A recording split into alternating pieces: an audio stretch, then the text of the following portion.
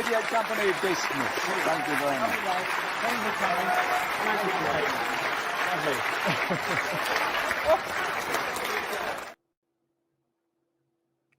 Welcome back to another edition of Coventry City Sky Blue History with myself, Claudio and Jim Brown, our club historian and the font of all knowledge to do with the Super Sky Blues.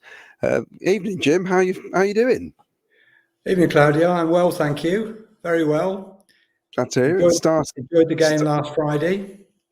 Well, it's the start of the first week of the new season. We've had 2 league games and a cup match, and I thought last Friday, forget the Stoke game, obviously, Bristol City wasn't too bad in the end. The cup match, I quite enjoyed it in the end, and the atmosphere behind the goal was superb down at Bristol. But Friday, I believe, was a different level. I've not heard a noise like that at a Coventry City match, I don't think, ever in my lifetime. I really think it was up there with possibly the best atmosphere I've ever heard. What do you think?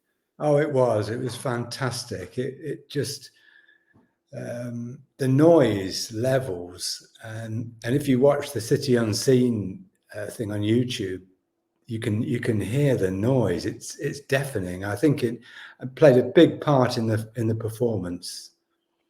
Yeah, I mean, and also an excellent crowd. 28,000. Yes, and so, I've been digging through the record books. I thought you might be. And it was the highest night crowd or crowd for an evening game, for a league game, since we moved to the CBS Arena in 2005. Wow. So that's more than the Gillingham match and the return game, I presume. That's right. It's about 300 more than Gillingham. It's 28,051. It was the 13th highest crowd we've had at the CBS. But now this is interesting. 8 of those 13 have been in the last 2 seasons. That's a massive improvement, isn't it? You can tell, can't you, when things are going well. Yeah. What about for a first game of the season? And that must have been quite high up there as well. Yes, it's the highest opening league crowd since 1978, when we played Forest, who were the reigning champions, at Highfield Road, and it was 28,500 odd. It was a 0-0 draw. And I just posted on X tonight. I don't know where this fact came from, but I remember that night. It was a beautiful sunny August evening, and Dave Moorcroft had won the Commonwealth Games 1500 meter gold medal, and he came on the pitch. I don't know whether it was before the match or at half time, and he got a sort of rousing reception. Yeah, I remember that game well. It was a cracker. He's one of the City favourites at the time, wasn't he? Local boy and all that. Yeah, so, Coventry fan. Yeah, so that was. I think I remember that actually. Yes, it's funny what triggers your memories, isn't it, Jim? And of course, that's feels quite apt, really. He's mentioning 1978 because I'd imagine the guy behind you in that photograph was probably playing. And tonight we're going to talk about the partnership of Ian Wallace and Mick Ferguson. Yes, that's Big Mick, the bearded one. Yes, the bearded one and the ginger one. Yeah. So they're a great partnership, and Mick had been at the club for a number of years. He joined as a schoolboy, associate schoolboy, I think. Came down from the northeast and played in the youth team and the A team through to the reserves, and then he finally got his debut under Gordon Milne in early 75, that March 75 time. A 0-0 draw at Ellen Road, and this was just a week after Colin Steen had left to go back to Rangers. So I think Gordon thought, got to give Fergie his chance. And he played he played 12 games that at the end of that season. Got his first goal in a 3-1 win over Ipswich, and he got one other goal. So 12 games, 2 goals. Following season, 75-76. Well, David Cross and Alan Green were the main strikers. Mick only managed to get 11 starts, a few substitute appearances, and chipped in with 4 goals. He did score the winner in an early season League Cup tie at Bristol City,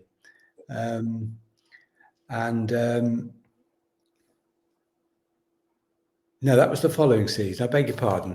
So he didn't really impose himself on the first team that season. It wasn't until 76-7 that he came into the first team as a regular. And it's strange because 75-76, David Cross played 37 league games, scored a hat-trick on the opening day and on the final day. Yeah.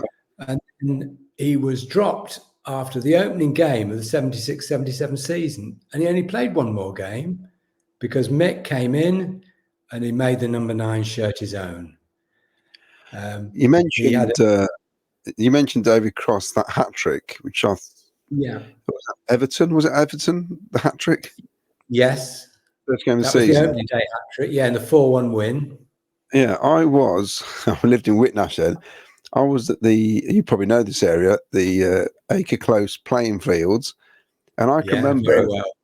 Yeah, I can remember sitting on the metal 5-bar gate, and I was waiting for my cousins who'd just got married. They were coming over from Italy for their honeymoon, and my sister came to fetch me, and the first thing I said was, "Have Coventry won?"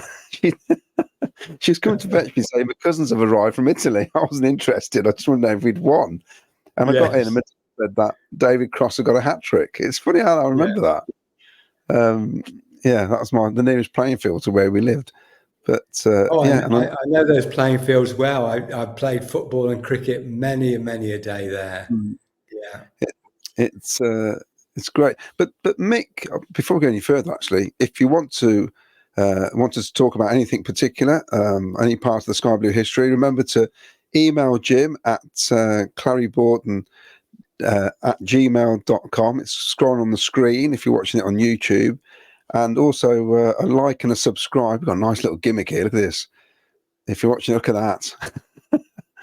So like and subscribe. But please, and I believe Paul Hughes who mentioned Wallace and Ferguson? Yes, it was Paul. I bumped into him at Stoke on the opening day, and he had a long chat about his memories of the late 70s, and he told about his mum who watched her first game in 1946.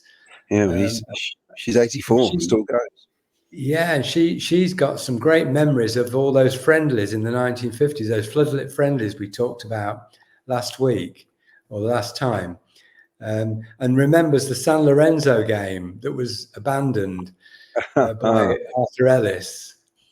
Brilliant. Yeah, so thank you, Paul. Thank you very much. So going back to Mick, I mean, Mick was at the club from about 1971, wasn't he? He came through the ranks. Yeah. But it took a while, didn't he, to come through, though?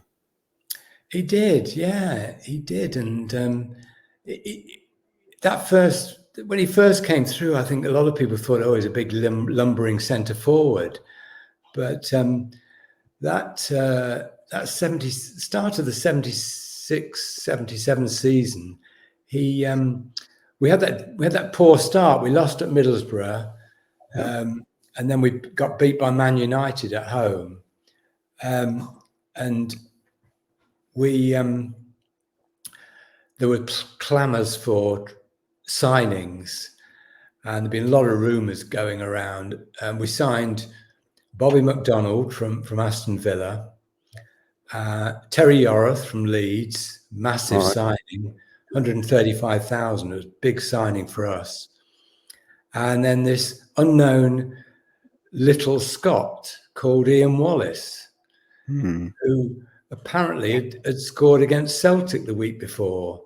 was attracting a lot of interest with big Scottish clubs, obviously the old firm. And Gordon Milne managed to hop in front of Sheffield United and sign Wallace for £45,000 plus some add-ons, which I think took the final fee to £75,000. But he was described as, and this description, looking at the old scrapbooks, this description followed him for the first 6 months of his time at Coventry. He was always described as a scoring sensation in Scotland. Anyway, the third game of the season was at home to Leeds United, and they got the three guys, Yorath, McDonald and Wallace, to sign their contracts on the pitch before the game. Yeah. Quite a novel thing. And although I do remember Chris Chilton doing that. That game, Jim, was the end of the long summer, because that's the day the heavens opened. Yes. And I always remember it because I was talking to this about, well, somebody else was talking about it, and they're on about the hot summer, and it was when it was. I went, I'll tell you when it was. We played Leeds United at home. It absolutely pelted it at one part of the day. Because I can remember in Warwick, before we left for the game, the water was gushing down the Saltisford. It was that fierce, the rain. Yeah. But it was the end of the long summer that weekend. It was. You're right. You're right.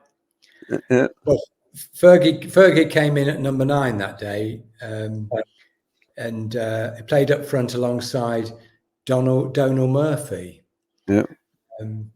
And we whipped Leeds 4-2. Fergie got a goal, Murphy got a goal, Les Cartwright got one, and John Beck got the fourth. And all the sort of blues that we'd had in the first two games were dispersed by the big win over Leeds and the new signings, 3 new signings in one go. That was was that the start of the decline of Leeds United as well, I think. Well, yes, they were on the decline then. But it's mad because they'd only been in the European Cup final the season before. It's crazy, isn't it? What happened to that club in this short space of time? Yes, you're right. You're right. But Mick obviously came into the side. He scored that day. He followed up with the winner at Bristol in midweek in the League Cup tie. Following Saturday, he scored in a 3-1 defeat at Anfield. Made it 4 in a row in a 2-0 win over Norwich. And then made it 5 in a row at West Brom in a 1-1 draw. You know, five in a row. Yeah, the guy was undroppable, and it was probably that form which convinced Gordon Milne that he could sell David Cross to West Brom to help pay for the 3 new signings. Was it West Ham he went to? No, he went to West Brom first. Did he? Oh, yeah. Forgot about that. Yeah. He travelled a lot, David Cross, and he went to a lot of clubs actually in a short space of time. Yeah, he did. He's a legend at West Ham. Yeah. So that was Mick Ferguson arriving big time in the first team, and behind the scenes, Ian Wallace was bedding in. He scored the winner in his reserve team debut against Liverpool, and he managed to score 8 goals in 8 reserve games. Mm-hmm. So, and he was knocking on the door, but Gordon Milne was carefully nurturing him, I think. He didn't give him his debut until the end of October against Sunderland. He came on as a substitute at half time, and he had a blinder. He didn't score, but he did everything but score. And the Telegraph were raving about him. This was one of those, we talked a few weeks ago about Stuart Pearce's amazing debut. Ian Wallace's was up there with it. He was phenomenal.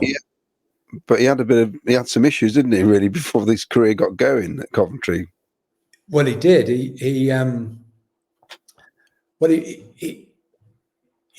a serious car accident just before Christmas.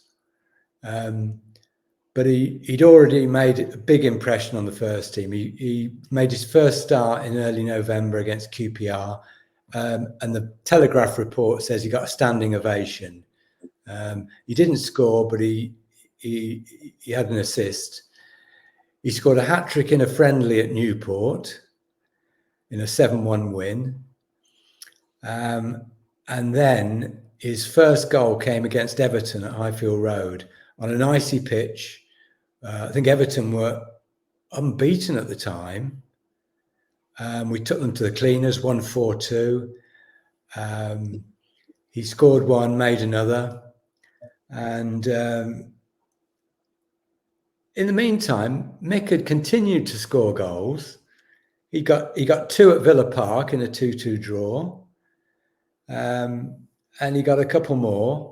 So he was obviously the leading scorer. And I think he's up there with the sort of top 10 top scorers in the division at that time. But yeah, on just before Christmas, there was a car crash near Ryton. And late at night, he skidded on some ice and went into a tree. And he went through the windscreen. Mm-hmm. It was a serious injury. I think he had 40-odd stitches in his face. I think, probably was lucky to survive, to be honest. So that put his Coventry career back. I don't think he came back into the side until sort of the end of February. By which time the Sky Blues, who'd been, I think they were about 10th in the table in early December, they'd slipped down. Yeah. Then, if you remember, they had that run of, I think it was 8 away games in a row, because the pitch at Highfield Road was just dire. There was ice, obviously, and snow early in January, but the pitch didn't recover. It got waterlogged. There were several games postponed. And by the time Wallace came back in, we were drifting towards the foot of the table, and we had quite a few games in hand, particularly home games, as you can imagine. Yeah. So Wallace came back in. I think his second or third game back, we got a 1-1 draw at the baseball ground. And Ian scored a tremendous overhead kick. And then, of course, there was the other incident. There was the with his eye at Norwich. His first game back at Norwich, he got the ball full in the face, and he got rushed to hospital with it. It looked like a serious eye injury. He had and Gordon Milne stayed in Norwich to make sure he was okay, and they were worried for him for a while. And as I said, he was out for another couple of games for that, and then he scored that great goal at Derby, and then we had this massive amount of games to catch up. I think there were about 10 games in April, most of them at home. And if you remember, we just staggered through them, getting a few wins, a couple of defeats. But the final game in April, which was about 5 games from the end of the season, we played Stoke at home on a Saturday, and Wallace scored a hat-trick. We're 4-0 up at half-time. Who was in goal for Stoke that day? Oh, for Stoke. I'm trying to think. No, I can't think. Well, he can't have conceded many hat-tricks in his career.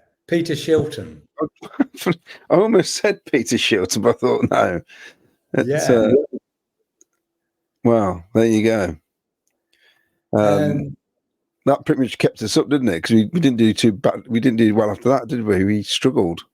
Is that we didn't win another game. The last 5 games, we didn't. We thought we were safe after Stoke, but we drifted back in. We got a couple of draws. We drew with Liverpool at home the week before they went to the European Cup final in Rome. They were the champions and going to be the European champions. Then we lost our final home game to Man City, 1-0. And then we had, of course, the famous Bristol City game. Yeah.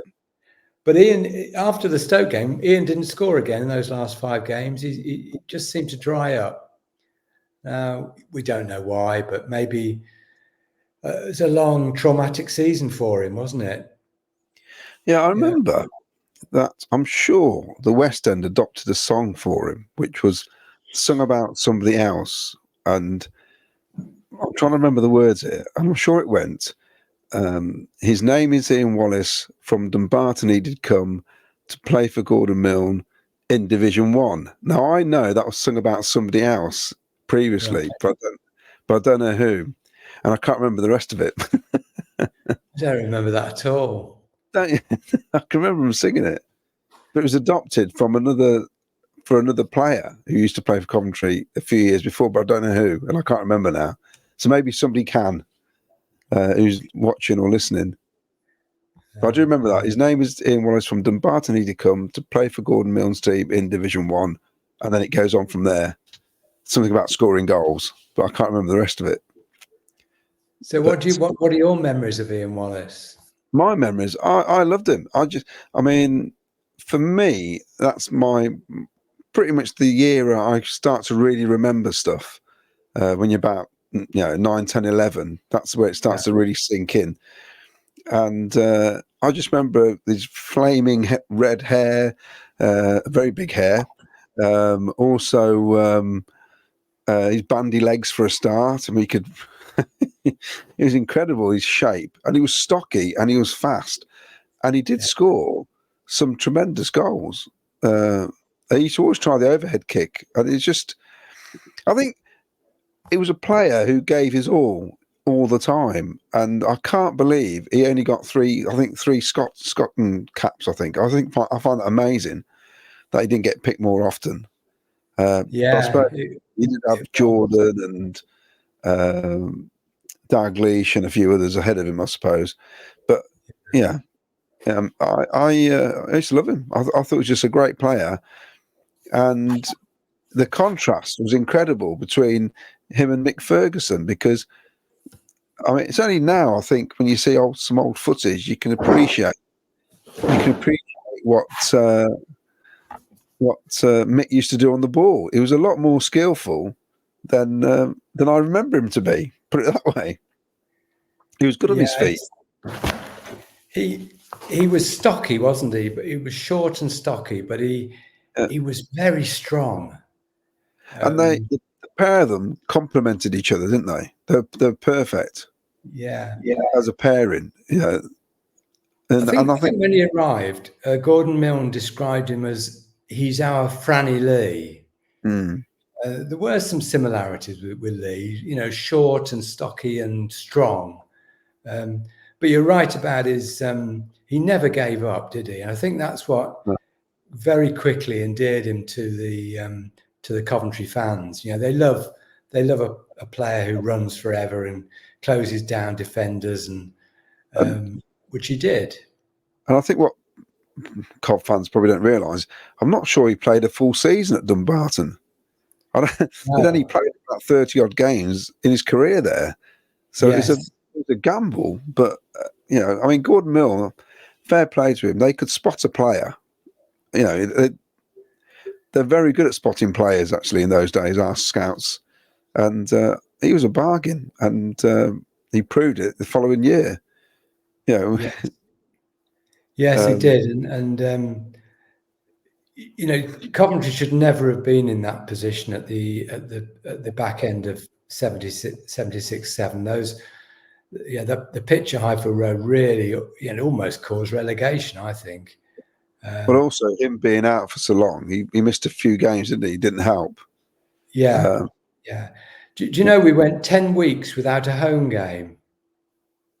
Yeah, I can't remember this. I remember when we had loads of away matches, because obviously we used to do the coach trips from my dad's pub, and it seemed like we were forever going to away games and not seeing many victories, if any. It was hopeless. Yes. So that season, Mick finished with 15 goals. He had an injury. He only played 32 games that season. Managed 15 goals, and Wallace managed 9 in 24 starts. So, but I think Mick's career was blighted with injury. I think when you look how long he played football for, he didn't play a lot of games, did he? No, he didn't. So it's incredible, really. No, and I think that season and the following season were the only time he made more than 20 appearances in a season, which is really sad. Do you know he wore very small boots? He had very small feet, Ferguson. Right. So he had boots to fit his feet, but they were just small feet. I thought you were going to say it's a bit like Cinderella and the Ugly Sisters trying to slip into a small slipper. Oh, dear. There is a professional footballer who used to do that. I might remember who it is, where they used to buy a boot a slightly smaller than what he'd normally wear because he wanted to fill the boot around his foot. But I'm sure that can't be good for your feet. No. But that's interesting, though, is that he's got small feet. but he scored. I said he was good with his feet, though. So deceptive. Yeah, but I think that that season was interesting for me because the Coventry City London Supporters Club was formed in the November of '76, and we had our first trip to a home game in early '77 against Middlesbrough, and then we had to wait, I say, 10 weeks for the next home game. By that time, the membership had grown from the original half a dozen London-based members to maybe 20 or 30. And with all the home games we had to catch up, we seemed to be playing a home game every week. And the numbers on the train just went up and up every week. And then I think for the Bristol game, we had something like 35 members coming up on the train, and I was the first travel secretary, and I had to sort out all these tickets with the people at Euston, and then wait on the platform for these Coventry fans to arrive. So you obviously did that by phone because you couldn't do emails then or text messaging, and so is it pigeon post? How did you communicate? By phone. It's mad, isn't it? I know landline. Yeah, landline. I spoke about this recently about how we used to communicate because I used to obviously captain football and hockey teams. And I used to say years ago, it was easy. You played the match. You said to everybody, are you all available next week? They all said yes. That was it. Everybody turned up. Or you had to phone somebody. It's so easy now because all of a sudden, hours before the game, you get a text message saying, I can't make it. That never used to happen. Yeah. And I think going back to when you were organising it, it's probably better then because because they couldn't get hold of you, they had to turn up. Yeah. It's a bit more honesty, I think, back then. Yes, yeah. But what I'm coming around to saying is that the second half of that season, which in terms of Coventry City's performance wasn't great, but this impetus from London was growing all the time, and it was really exciting. And and I think the Coventry fan base realised that in Wallace and Ferguson, we had with Terry Yorath behind him. Tommy Hutch was obviously still playing. Barry Powell, and they bought Jim Holton as well that spring. Yeah, who was a very popular player. I think the fans felt there was real impetus, and it would have been a tragedy if we'd got relegated. And I think there was a lot of excitement in that summer before the 77-8 season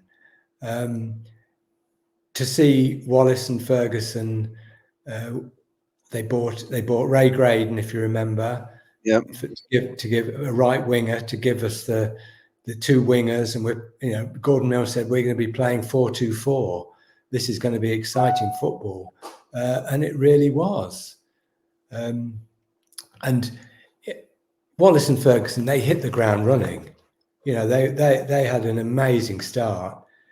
If I run through those first few games, we beat Derby 3-1 at home, Ferguson 2, Wallace. Lost 1-2 at Man United, Wallace scored. 1-2-1 at Chelsea, Wallace 2. Drew 2-2 with Leeds, Ferguson and Wallace. They were scoring all our goals. Yeah. And it was an amazing season for the club. They finished 7th. But the excitement, the football was just electric. Can you imagine playing 4-2-4 with two wingers like Graydon and Hutchison? It's what people of even my age. I'm slightly younger than you, and it's the era that a lot of people say it's their most favourite era. Yeah, because of that excitement. It was a gamble. Yeah. And if we'd just had a slightly stronger defence, we'd have definitely gone into Europe. And if Arsenal had won, obviously in that FA Cup final, that would have helped. Yeah. But you're right, Jim. It was really exciting football, and the emphasis was on attack, wasn't it? All the time, it's just keep going forward. We had a virtually unchanged team. We had 6 players who played 40 games or more, league games or more. That's 42. Jim Blythe, Bobby McDonnell, Terry Yorath, Wallace, Barry Powell, Tommy Hutchison. And the side picks itself. You say it's 4-2-4. We had 2 fullbacks who were virtually wingers as well. It was the overlapping fullbacks way before Pep Guardiola was on the scene, and everybody else who keeps talking about these. Yeah, Carl Walker type players we've got nowadays. We were doing it back in the 70s. Yeah. And in fact, a lot of clubs were doing that with overlapping fullbacks. It's a different type of football. Yeah, and it was very exciting. And Ian Wallace turned. He knocked in 23 goals that season, which was the best for a long time. I think it was the best since Bobby Gould in the 67 promotion season. And Mick Ferguson, he had injury problems towards the end of the season. He only ended up playing 30 games, got 17 league goals, including 3 hat-tricks. Yeah. Remember the hat-tricks? One was against Ipswich, wasn't it? No, that was later. Was it? Yeah. 3 hat-tricks. No. Right. It's one of my greatest ever games. Manchester City at home, night game in October. Right. Man City arrived as league leaders. They went 1 up, we pulled level. They went 2 up, we pulled level. 2 goals in the last 15 minutes. Ferguson hat-trick up against Dave Watson, England centre half. Brilliant, yeah. Fergie was just unplayable that night. I got great memories of that performance. That's one of the finest attacking performances I've ever seen from a City team. He followed up with a hat-trick at Wolves. Right. 3-1 away win. And then he did it again at home against Birmingham in March. So 9 of his 17 goals were hat-tricks. That Birmingham game's on YouTube. I'm sure it is. We're televised, I think. Yeah. Is that the game where we score after about a minute? An early goal in that Yes, one. at the West End. Yeah. Yeah, and I think Tommy Hutch gets clobbered, doesn't he, by one of the Birmingham defenders, and has like 6 stitches in his leg, then comes back out again with stitches, and Probably Gary Pendry. Yeah, still no shin guards. He just come out with the stitches. Unbelievable, isn't it? Really. So the partner, but yeah, and the partnership was talked about as something really special, and it was. I believe it's the best striking partnership we had in the 34 years in the First Division. I really do.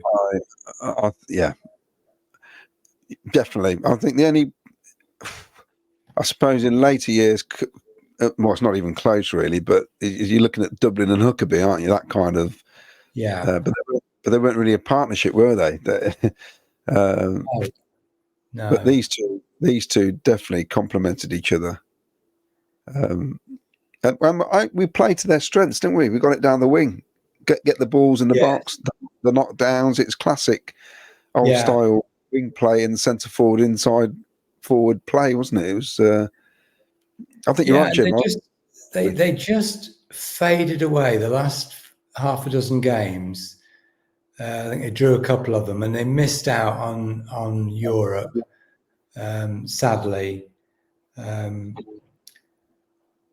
So it was a fantastic season, and of course, Ian got his call up to the Scottish team, Scottish full team, and scored on his debut against Bulgaria. You say he only won 2 more caps, which is really sad.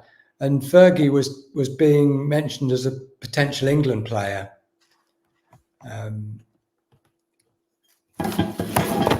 Oops. You're right there, Jim. Yeah, my notes are falling off. They need to call emergency services. So the following season, high hopes, very high hopes. But it was marred really by Fergie's injury problems. Just looking at the stats, he started the first 8 games, and we only lost 1 of them. Ferguson scored 3 in those 8 games. Wallace got 3, and the partnership was working well. And then he got injured, and things stuttered a bit.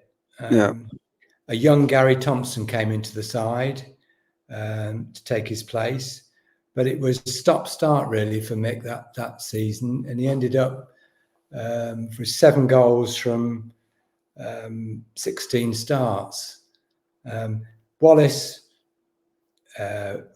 virtual ever-present, 38 league games, 15 goals. He carried on scoring. We finished 10th. It wasn't a bad season, but expectations were higher, weren't they, after the 77-8 season? Well, they were. But what was Ferguson's injuries? Is the same recurring injury or just different injuries? Can you remember? I don't remember. I've got a feeling it was a knee injury. For me, I just remember he seemed to be out a lot.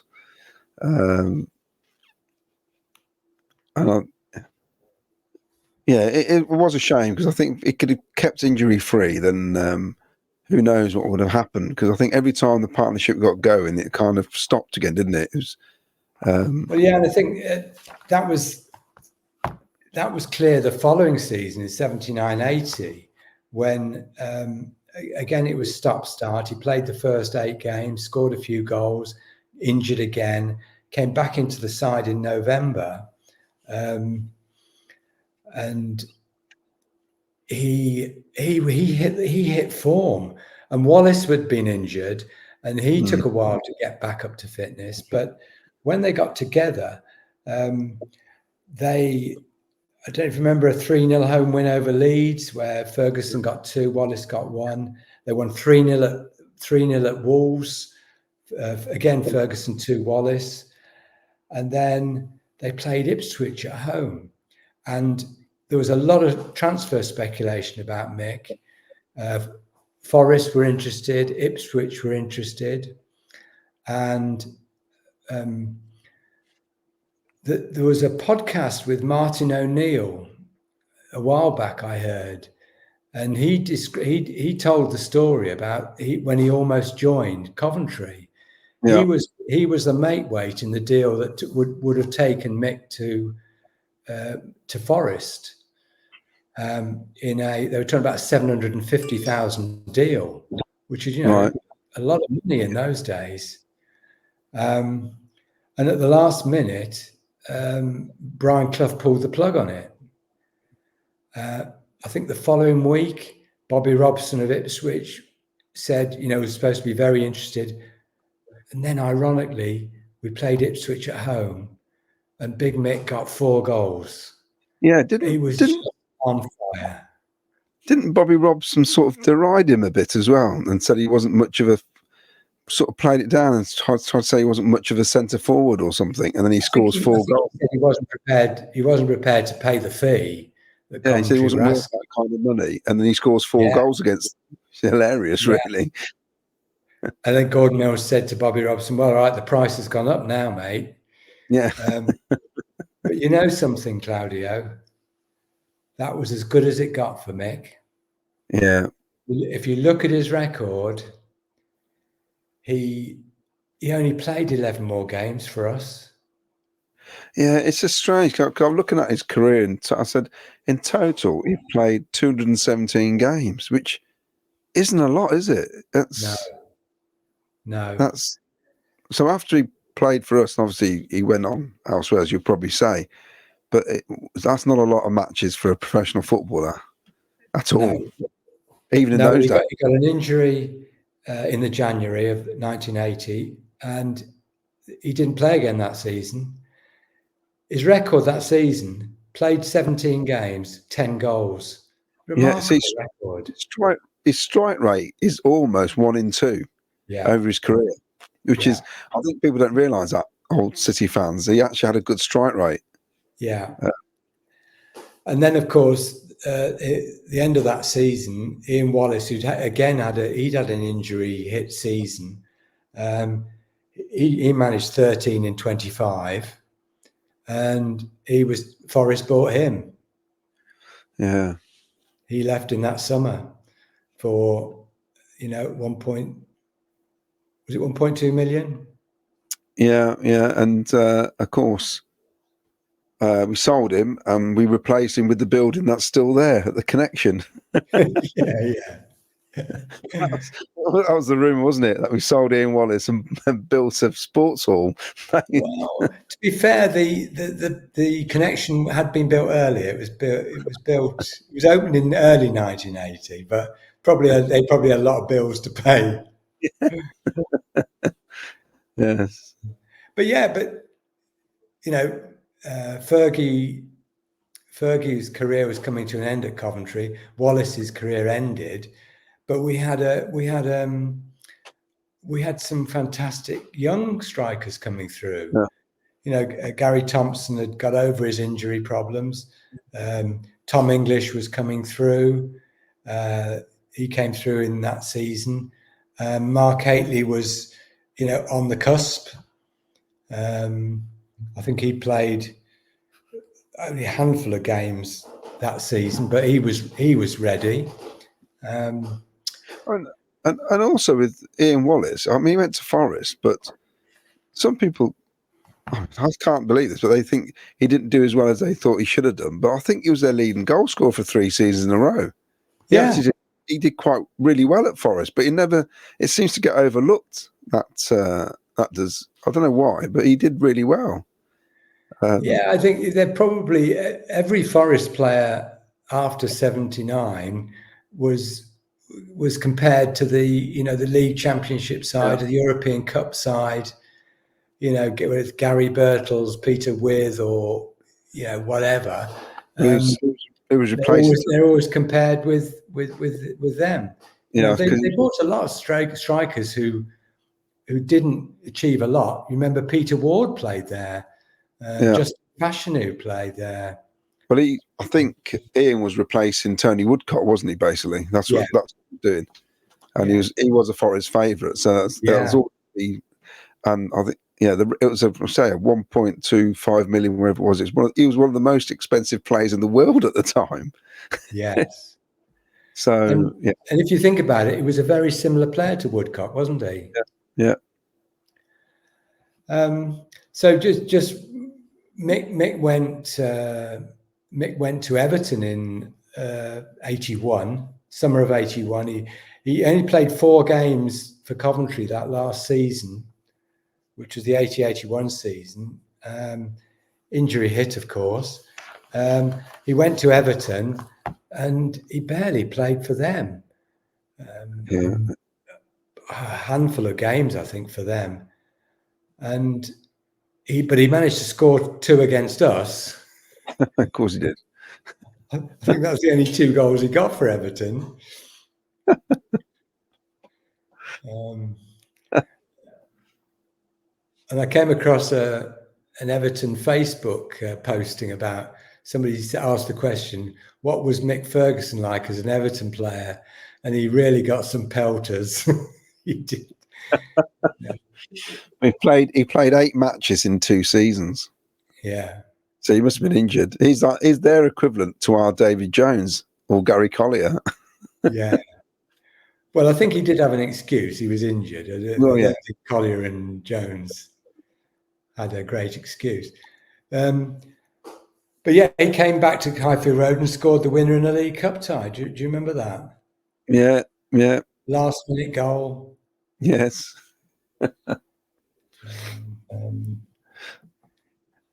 So he went after Everton, he went to Birmingham.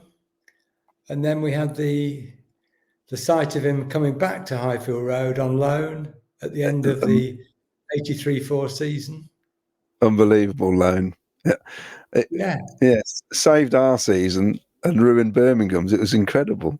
He did, yeah, he did. I ought to ask my Birmingham friends what they remember about him, because if a player of ours went on loan to rivals and sent us down, he'd never be let back in Coventry, would he? Yeah, well, I'm looking at his charts. He played 7 games for us, scored 3 goals. 3 most important goals, really. And the Blues are desperate for a striker. It's ridiculous.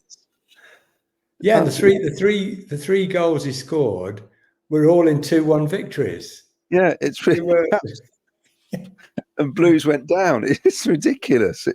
Yeah. And then he went, but he did go back to St Andrews and he played a few games the following season, I think. And then he went to Brighton on loan, where Chris Catlin was the manager. Right. It was the former Sky Blues retirement home, I think. Yeah. Dennis Mortimer was there, and Steve Jacobs, and just wanted to be by the beach. Don't blame them. Be by the seaside. Yeah. So to me, both players are legends for what they did in those 3 seasons. 4 seasons, if you count 76-7. 4 seasons. I think Ian Wallace was probably one of the most exciting players we've ever seen. And Mick Ferguson was one of the most consistent goal scorers we've seen. Yeah. I mean, he scored a glorious chip against Liverpool, didn't he? Do you remember that? That was beautiful. Yes. I think, and people of an age will remember that Liverpool rarely lost and rarely let goals in. Yeah. And that was a great night. An absolutely fantastic evening that was. Yeah. And of course, their performance against Liverpool in that League Cup tie at Anfield, which, I mean, that is up there, isn't it? One of the best nights ever for an away game. Absolutely. Yeah. Wallace scored that night, didn't he? And Barry Powell got the other. Yeah. So we have it in us at times to produce stuff like that. It's just a shame it wasn't on a more regular basis back then, because we were an almost a really good team, weren't we? In that late 70s, we had almost got it right. And like I said, we just wish we had maybe a couple of more stronger defenders, and we'd have probably got the rewards they probably deserved, really, because the football was magnificent. Yeah. Well, yeah, but you say that, but you can't play 4-2-4 and have a watertight defence, can you? No. Especially with fullbacks like Bobby McDonald and Graham Oakey. Yeah. You're not going to have a watertight defence. You just, it's the old Manchester United way in the 50s of we'll score more than them. And I think there's a parallel with today. I think we're going to see a very attacking Coventry City team, and I think we've got to accept that we will concede some goals. And I'm coming towards the end of the podcast, and I was going to lead on to that, because going to the here and now, I wanted to briefly chat about Haji Wright and his 2 goals on against Oxford, which, I mean, the first goal was classic wing play, exactly what these 2 guys were talking about would have thrived on back in the day. Yeah, with the overlapping fullback, getting the cross in. Yeah. And then the second goal was a classic poacher's goal, wasn't it? Where the ball was put through, latching onto a back pass, and the sort of goal you'd expect Ian Wallace to score back in the day, where he'd run to something like that. So where do you see Haji Wright, is what I want to ask, really, as one of our forwards? Do you think he is a starter every game for us?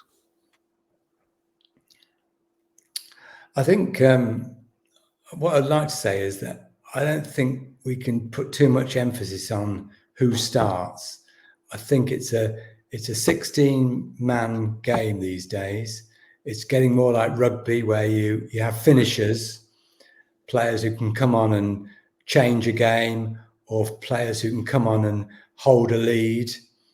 And I think the players understand this. They're not going to be starters every week, but they might be, coming off the bench to play a role later in the game.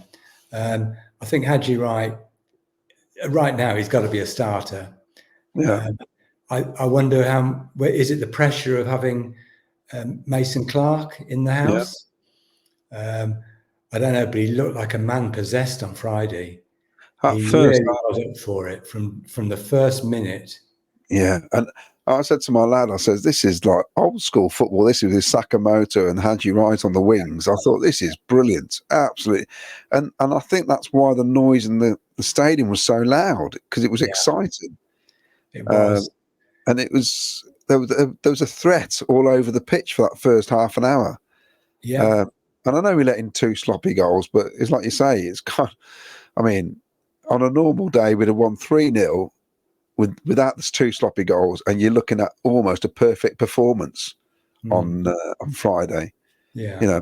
But I really, really enjoyed it from start to finish. The other thing I say about Haji is, in the last 15 minutes of the game, he was getting me very frustrated. He was getting the right position. He was making his runs. He had the beating of his defender. He fluffed 2 passes inside, and you're thinking, just look, take a bit of composure, and then he pulls off for the winner. Here's a question: would you have backed him to score when he got that ball? We've answered this on another podcast. I said, out of all the forwards, he's the only one I'd have said he will score, because I feel I'm not sure Ellis would have done. I reckon Ellis would have ran it into the goalkeeper. Yeah. Sakamoto, I'm not too sure. Asante, I reckon, would have hit it early. He wouldn't have tried to go around the keeper. He's the only one, I think, that actually had the confidence to take it up to the keeper and go around him. Yeah. So, I think out of all of them, he's the one I'd have put my money on. He is an enigma, though, isn't he? Oh, well, you saying about those mistakes he was making, I said to my son, I said, this took Sakamoto off, but Hadji's having a mare the last 20 minutes. Mm. He says he's run out of his legs have gone because he worked so hard earlier. Yeah. And we said, well, hopefully something will happen. Of course, he stays on and scores. So, it's one of those, isn't it? But Yes, you're right.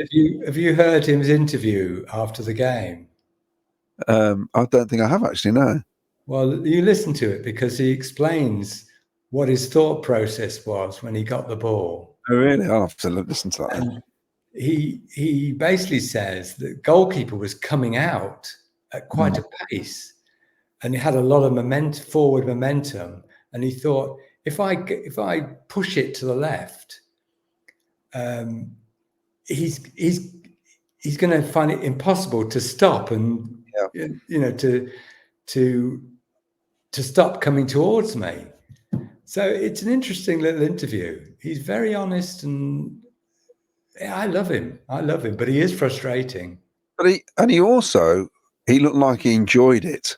Whereas when he first came, he did look he kind of looked a bit unsure about himself, about celebrating. But you could see, it was good. Absolutely loved it. Just hope we have more of it. Yeah. So, have we exhausted that subject? I think we have.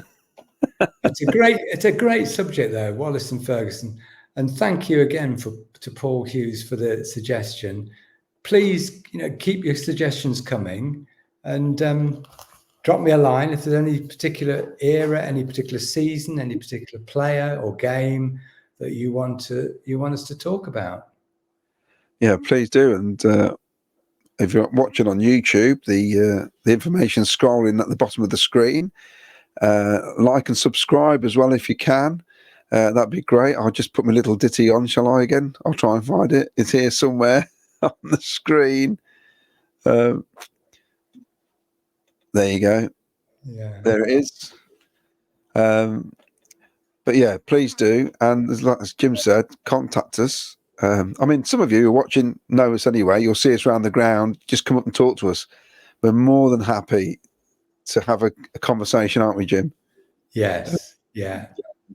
Yes. But we'll be back hopefully next week with another sky blue subject. So, until then, it's ta-ra from me. And ta-ra from me.